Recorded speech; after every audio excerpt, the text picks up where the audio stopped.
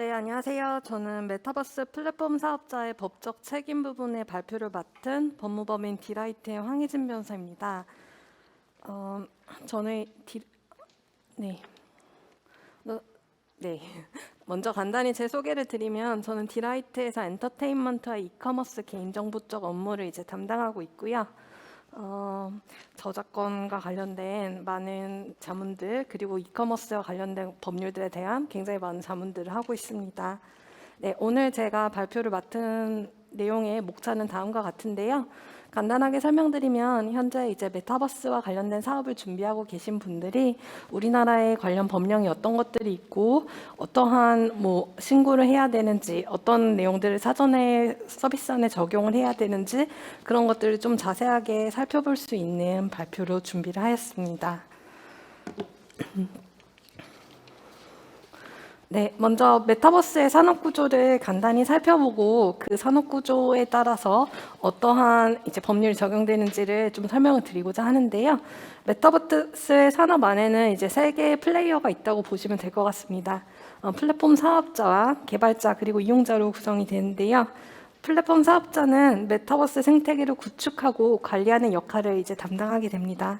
그리고 개발자 이용자는 네, 플랫폼 지원 아래에서 콘텐츠를 생산하고 소비하는 주체가 되는데요. 그들의 이제 소비와 생산으로 인해서 그 플랫폼의 생태계가 계속 강화되게 됩니다. 다음 초기에 이제 메타버스 산업은 게임 산업을 토대로 이제 발전을 하게 되었는데요. 현재는 문화예술, 홍보, 마케팅, 교육 등 일상생활부터 공적인 영역까지 계속해서 그 영역이 확대되고 있습니다. 그리고 과거는 공급자가 제공하는 아이템만을 이제 구매하는 플랫폼 사업자 중심의 산업이었는데 이제는 콘텐츠를 이용자가 직접 생산하고 그 안에서 제작하고 판매하는 그런 역할을 담당하게 된다는 점에서 예전과 좀 더 차이가 있습니다. 코로나로 인해서 사회활동의 대부분이 이제 비대면으로 조금 많이 전환이 되었는데요. 그러한 그 변화에 발맞춰서 메타버스에 대한 관련 관심도 굉장히 늘어나고 있는 상황이죠. 그리고 플랫폼 기업은 이 기회를 놓치지 않고 다양한 이제 IP를 가지고 있는 사업자들과 연계해서 그 서비스를 점점 더 확대해가고 있습니다. 네, 이런 상황 속에서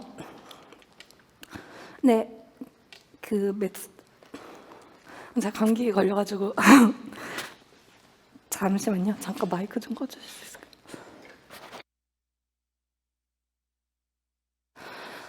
네, 다시 시작하네요. 네. 네. 제가 감기에 걸려가지고 약간 목이 잠겨 있는데 좀 더 꾀꼬리 같은 목소리를 내보도록 하겠습니다. 네, 먼저 전기통신사업법에 따른 의무와 책임을 설명드리려고 하는데요.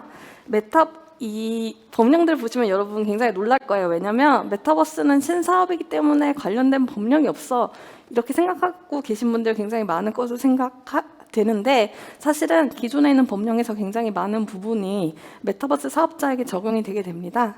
그래서 그 첫 번째가 전기통신사업법인데요. 메타버스 플랫폼 사업자는 전기통신사업법상의 부가통신사업자에 해당하게 됩니다. 그 개념을 조금 살펴보면요. 전기통신 역무라는 것은 전기통신 설비를 이용하여 타인의 통신을 매개하거나 전기통신 설비를 타인의 통신용으로 제공하는 것으로 말하는데 그 사업자는 기간통신 역무를 하는 사업자 그리고 부가통신 사업자 이렇게 두 가지를 나뉩니다. 근데 기간통신 역무는 이동통신사를 일반적으로 얘기하고요. 그 외에는 다 부가통신 사업자가 되어서 여러분 잘 알고 있는 이제 포털의 운영자, 네이버 같은 회사나 아니면 게임 회사들이 다 이 부가통신 역무에 해당하게 됩니다. 쇼핑몰 운영자도 역시 이에 해당하게 되고요.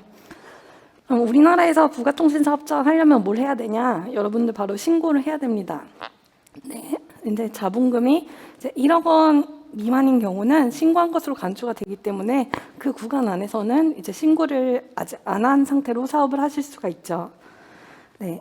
다음은 전기통신사업법에 따른 의무와 책임인데요. 먼저 서비스 안정성 확보 조치라는 것이 있는데 감사하게도 이것은 이제 우리나라에 있는 모든 부가통신 사업자에게 적용되는 것이 아니라 전년도 말 3개월간 하루 평균 이용자가 100만 명 이상이면서 국내 총 트래픽 양이 1% 이상인 플랫폼 사업자에게 적용됩니다. 1%라는 게 되게 적어 보이지만 사실 이걸 현재 적용받는 사업자는 이제 구글, 메타, 넷플릭스, 네이버, 카카오 이렇게 5개의 업체밖에 없어요. 이 부분은 간단히 그냥 훑어볼 텐데요. 이러한 사업자들은 서비스 안전수단 확보 조치를 취해야 되는데 자신이 가지고 있는 이제 정시통신 설비를 점검하고 그 서버 자체를 다중화하고 항상 트래픽에 대비를 하면서 어떤 통신사를 이용하든 간에 이용자가 그 서비스를 균질하게 이용할 수 있도록 하는 그러한 조치를 취해야 됩니다. 또한 이용자 보호 조치로서 한국어 이 사업자 중에 외국 사업자들이 많기 때문에 한국어로 이제 불만을 제기할 수 있는 창구, 갑자기 내 서비스 내 폰에서 이 서비스 잘 안 될 때 그 부분에 대해서 이제 상담을 구할 수 있는 그런 창구들을 마련해야 되고요.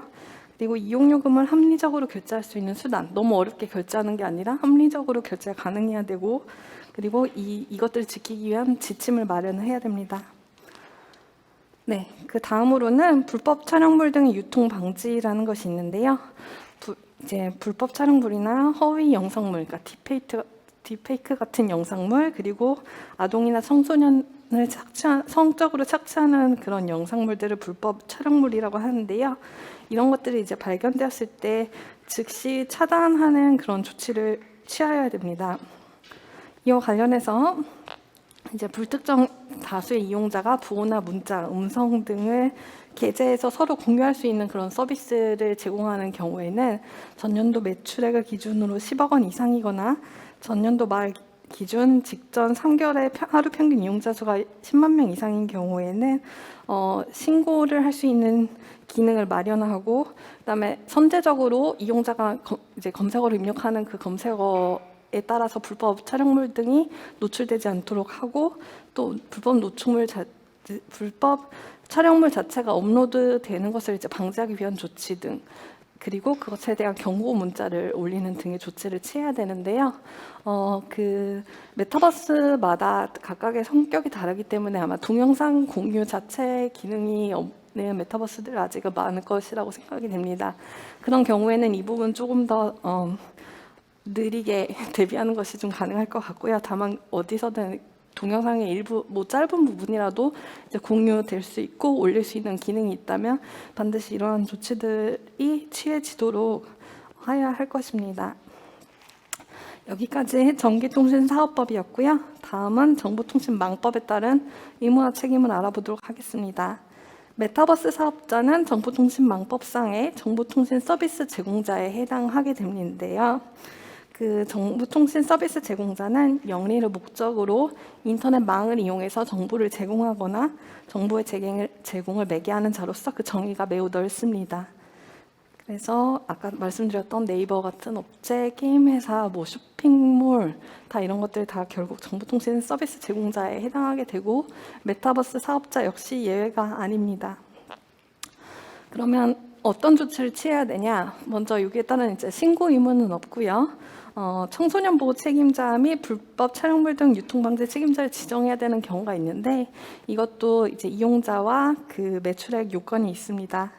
전년도 말 기준으로 직전 3개월에 1일 평균 이용자가 10만 명 이상이거나 아니면 이 정보통신 서비스 부분의 매출액이 10억 원 이상인 경우에 청소년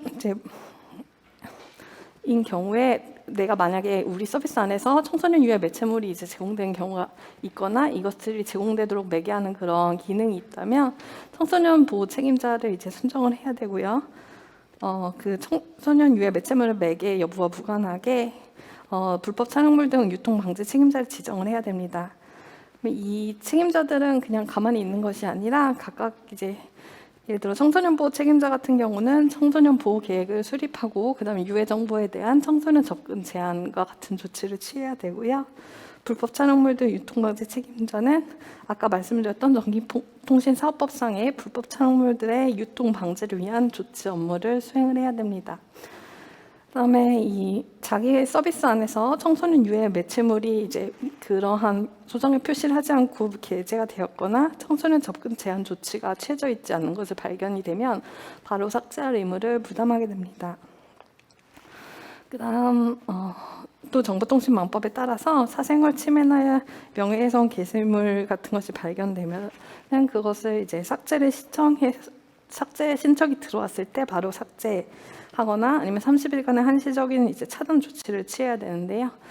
이 부분은 이제 네이버에 블로그를 하다가 약간 어떤 불만 글들을 올렸던 분들은 좀 알고 계실 텐데, 그러면은 이제 이것이 명예훼손 게시물이라고 해서 지금 현재 30일 동안 이제 한시적으로 차단된다 이런 게 통지를 이제 네이버로부터 받게 되는데, 그런 조치들이 그 메타버스 안에서도 이루어져야 합니다. 네, 그리고 또 이것은 이제 이용자로부터 신고가 들어왔을 때 어떻게 조치하는지를 좀 말씀드렸던 부분이고요.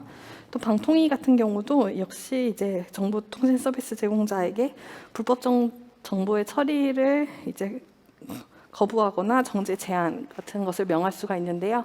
그런 불법 정보의 내용들을 조금 살펴보시면 음란, 비방 목적의 명예훼손성 정보나 반복적으로 게시되는 공포심을 유발하는 정보, 그리고 그 서비스의 운영을 이제 방해하는 그런 정보나 아니면 청소년 유해 매체물과 관련된 것을 이제 법적인 의무를 이행하지 않고 게재된 정보, 그리고 법에서 금지하고 있는 사행행위를 해당하거나 그 법령을 위반해서 개인정보를 거래하는 내용이나 총포 하향률을 제조할 수 있는 방법, 국가기밀, 국가보안법상 금지 행위, 그 밖에 이렇게 범죄를 교사하는 행위 등을 대해서 이제 방통위에서 그것을 이제 처리하지 말 것을 명할 수 있고 그것에 응해야 되는 의무를 부담하게 됩니다.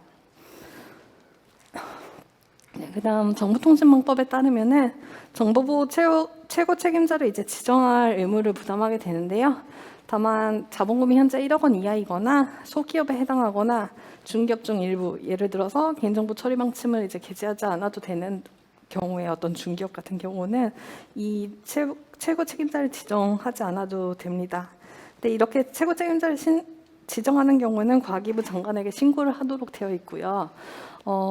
우리 회사가 굉장히 잘 돼서 지금 자산 총액이 5조 원 이상이거나 아니면 아래에 따라서 이제 정보보호 관리체계 인증을 받아야 되는 경우 중에서도 자산 총액이 이제 5천억 원 이상인 경우에는 이러한 정보보호 책임자가 겸직을 할 수 없다는 점을 좀 기억해 두시면 좋을 것 같고요. 정보보호 책임자는 정보보호 계획을 수립하고 시행하면서 그러한 실태를 감사하는 등의 역할을 이제 수행하게 됩니다. 정보보호 관리 체계 인증이라는 것도 있는데요. 이것은 이제 직전 3개월간 일일 평균 이용자 수가 100만 명 이상이거나 정보통신 서비스 부분의 전년도 매출액이 100억 원 이상인 경우에 이 의무를 부담하게 됩니다. 네, 그다음 전자상거래법인데요. 전자상거래법은 그 메타버스 안에서 결제가 일어나는 경우에 적용되는 법인데, 여러분들 인터넷 쇼핑을 많이 해보셨다면 굉장히 친숙하실 겁니다. 근데 이 법에는 굉장히 많은 사업자의 의무를 이제 규정을 하고 있는데요. 그 중에 제가 중요한 것들 위주로 좀 뽑아보았습니다. 먼저 메타버스 사업자는 그 메타버스 안에서 결제가 일어나는 경우에는 전자상거래법상의 통신판매업자에 해당하게 됩니다. 통신 판매는 우편이나 전기통신 등의 방법으로 재화 또는 용역에 판매에 관한 정보를 제공하고 소비자의 청약을 받아 재화 또는 용역을 판매하는 것을 업으로 하는 자, 그리고 그와의 약정에 따라 통신 판매 업무를 수행하는 자를 이제 말하기 때문에, 인터넷으로 이제 쇼핑몰을 운영하는 경우에 아니면 예를 들어 게임 안에서 결제가 일어나는 경우, 그런 경우에 다 통신 판매업자에 해당하게 됩니다. 통신 판매업자가 되는 경우에는 신고를 이제 하셔야 되고요. 통신 판매업자는 그 통신 판매와 관련해서 다양한 의무를 부담하게 되는데요. 먼저 거래 기록을 이제 보존해야 될 의무를 부담하게 됩니다. 그 거래 기록의 성격에 따라서 그 기간이 다 달라지게 되는데요. 표시 광고에 관한 기록은 이제 6개월 계약을 하고, 혹은 이제 이용자가 청약 철회를 하고 대금 결제하고 재화나 이제 용역을 제공한 기록은 5년. 그다음에 소비자의 불만 처리에 관련된 기록은 또 3년, 이렇게 나눠서 그 기록을 계속해서 보존을 하고 있어야 됩니다. 그다음에 결제가 일어나기 전에 소정의 정보를 이제 제공해야 되는데요. 재화의 공급자가 누구인지, 지금 사려고 하는 재화가 무엇이고 그 몇 개고 그 종류가 뭔지, 그다음에 가격 같은 것들 이제 확인하도록 하고요. 또 결제가 일어난 이후에 이메일을 발송하게 되는데, 아니 나는 이메일을 받아본 적이 없는 것 같아, 나는 게임 많이 했는데 이런 건 없었는데 라고 생각하시는 이제 분들이 계실 텐데, 이 의무는 이제 결제를 대행한 업체가, 예를 들어 신용카드인 경우는 이제 신용카드 업체에서 이런 이메일을 대신 보내주기도 합니다. 네. 그리고 서비스 내 사업자의 신원과 이용약관 등 법적 사항을 표시해야 되는데요.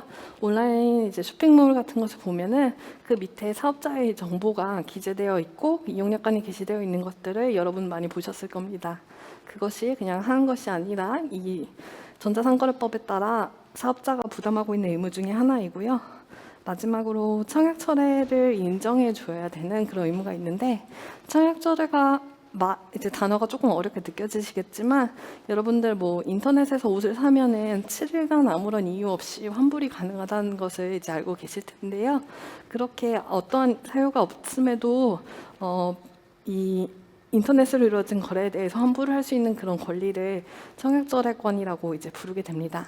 그것은 통상적으로 제가 말씀드린 것처럼 7일이지만, 예를 들어서 그 재화에 이제 하자가 있는 경우, 내가 표시에 광고했던 거랑 다른 경우에 그 기간이 3개월 이내, 받은 날로부터 3개월 이내, 또는 그 사실을 알았거나 알 수 있는 날로부터 30일 이내로 이제 그 기간이 늘어나게 되는데요. 제가 예전에 이제 일을 하다가 콘텐츠진흥원에서 이제 콘텐츠 분쟁 조정과 관련된 업무를 했었는데,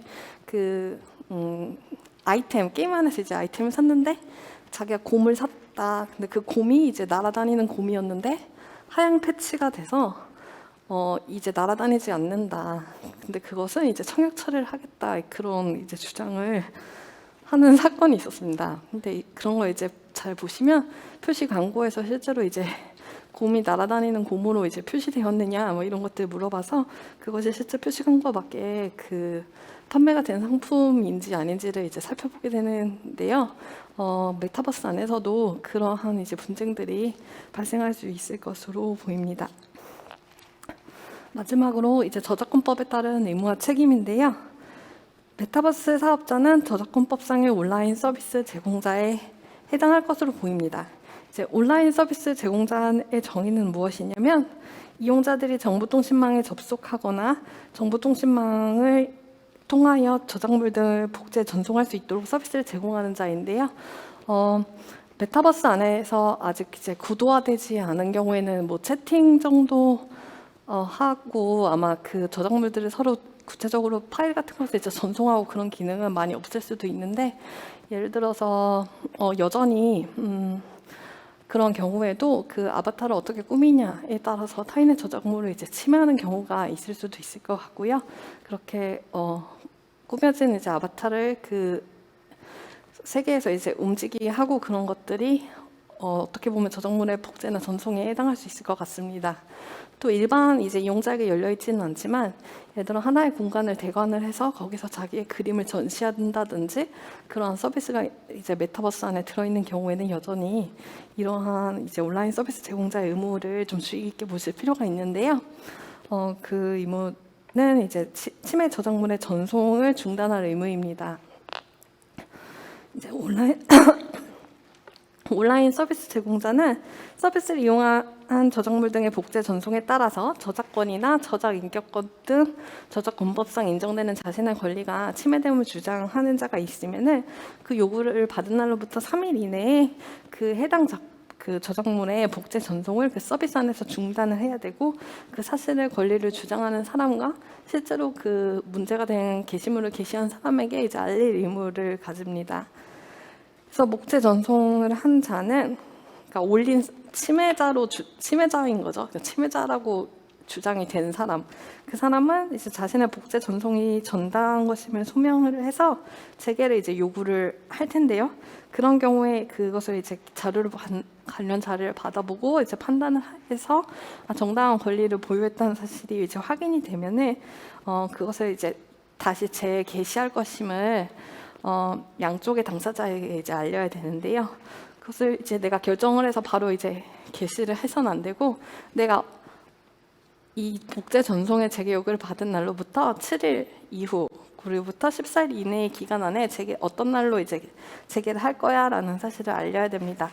그러면 이제 권리를 주장했던 사람이 아니야, 그 사람이 선명한 게 틀렸어, 지금 잘못돼 가고 있어라고 생각을 한다면 이게 소송을 제기를 해서 결국 그 소송을 제기하는 경우에는 이 재개를 할 수는 없고 결국 그렇게 지금 내려져 있는 상태로 그대로 이제 소송의 결과가 나올 때까지 기다려야 됩니다. 그리고 이러한 절차들이 진행되면서 그 사실을 계속해서 이제 권리자와 그 실제 업로드한 자에게 계속해서 알려야 되고, 또한 이러한 절차가 어떻게 마련이 되어 있는지, 어디에 메일을 보내면 되는지 이런 것들을 사전에 공지를 해놔야 됩니다. 그렇게 해놨을 때 어떤 효과가 있냐면, 만약에 실제로 이게 침해 저작물이 맞다고 하더라도 그것에 대해서 온라인 서비스 제공자가 책임을 지지 않는 그러한 효과가 있습니다. 네, 거의 시간이 다 됐는데요. 마지막으로 게임산업법을 간단히 살펴보도록 하겠습니다. 네, 우리나라는 게임에 대해서 굉장히 많은 규제를 두고 있어요. 예를 들어서 이 밑에 내용들 제가 좀 간추려 봤는데요. 처음 게임을 이제 제작하는 경우에는 제작업, 배급하는 경우는 배급업 등록을 해야 되고, 각 게임마다 등급 분류를 획득을 해야 됩니다. 근데 이 등급 분류가 굉장히 힘든 부분이 뭐냐면, 최초에 출시됐을 때 한 번만 받고 끝나는 게 아니라 게임 안에서 업데이트가 일어날 때마다 그 부분에 대해서 새롭게 이제 등급 분류를 받아야 돼요. 그런 점이 굉장히 부담스럽고, 또 우리가 원래는 통상적으로 인터넷을 할 때 실명 인증을 안 하는 사이트가 굉장히 많다는 것을 알고 계실 텐데요. 게임 같은 경우에는 회원가입 시에 실명이랑 연령 그리고 본인 인증을 받아야 됩니다. 이거는 이제 연매출이 50억 이상일 경우에, 그런데 이제 게임이 잘 되면 50억을 이제 훌쩍 넘어가기 때문에 이 부분 일반적으로 적용된다 좀 보시면 될 것 같고요. 그다음에 또 회원가입 시에 그 어린이인 경우에 14세 미만의 아동인 경우 개인정보 수집에 대해서 당연히 동의를 받아야겠지만, 그게 아니라 그냥 미성년자인 경우에도 친권자인 법적 대리인의 동의를 받아야 되는 것. 그 외에도 본인이나 법정 대리인 요청 시에 선택적으로 그 게임 이용 시간이나 방법을 제한해야 된다는 거나, 계속해서 하고 있다, 너 지금 오래 하고 있다, 이런 문구를 띄운다거나 하는 다양한 정말 의무들을 이행을 해야 됩니다. 그렇기 때문에 메타버스가 이제 게임으로 이제 분리가 되면은, 메타버스에는 굉장히 많은 이제 업데이트가 예정되어 있는데, 그 부분에 대해서 등급 분류를 받는 것 자체가 굉장히 많은 허들이 되고, 그 외에도 해야 될 것이 너무 많아져요. 근데 우리나라는 좀 안타깝게도 게임 산업법에서 게임의 정의를 굉장히 광범위하게 이제 정의를 하고 있는데요. 그 내용을 보면 컴퓨터 프로그램 등 정보 처리 기술이나 기계 장치를 이용해서 오락을 할 수 있게 하거나, 이에 부수하여 여가 선용, 학습 등 운동 효과 등을 높일 수 있도록 제작된 영상물 또는 그 영상물의 이용을 주된 목적으로 제작된 기기나 장치라고 해서 굉장히 광범위한 것들이 다 게임물에 해당할 수 있습니다. 심지어 운동을 이제 주 목적으로 하는 디지털 치료제 같은 것들, 아니면 우리가 간단하게 쇼핑몰에서 리워드를 받기 위해서 하는 그러한 미니 게임 같은 것들도 다 이 게임물에 들어갈 수 있다는 점에서 메타버스가 게임에 해당할 여지는 굉장히, 사실은 그 문구에 따라서는 굉장히 큰 것 같습니다. 다만 이제 정부의 규제 의지가 좀 중요한 부분인데, 2022년 3월 현재까지 메타버스는 게임에 해당하니까 이제 등급 분류를 받아라라는 명확한 이제 문화부나 아니면 게임물관리위원회의 가이드가 나오지 않고 있는 상태고, 오히려 최근에 이제 발표에 따르면 과기부에서 약간 주도권을 잡아서 정부 부처 간에 협의를 하고 메타버스를 진흥하기 위한 법을 새롭게 만들 것이라는 그런 발표를 하기도 하였기 때문에, 아직은 이제 게임산업법의 적용을 너무 중요하게 보고 그 부분 대비해서 사업을 준비하실 필요까지는 없을 것 같습니다. 네, 저 숨가쁘게 달려왔는데요. 제가 준비한 발표는 여기서 마치고, 이제 궁금하신 사항은 Q&A에서 또 뵙도록 하겠습니다. 감사합니다.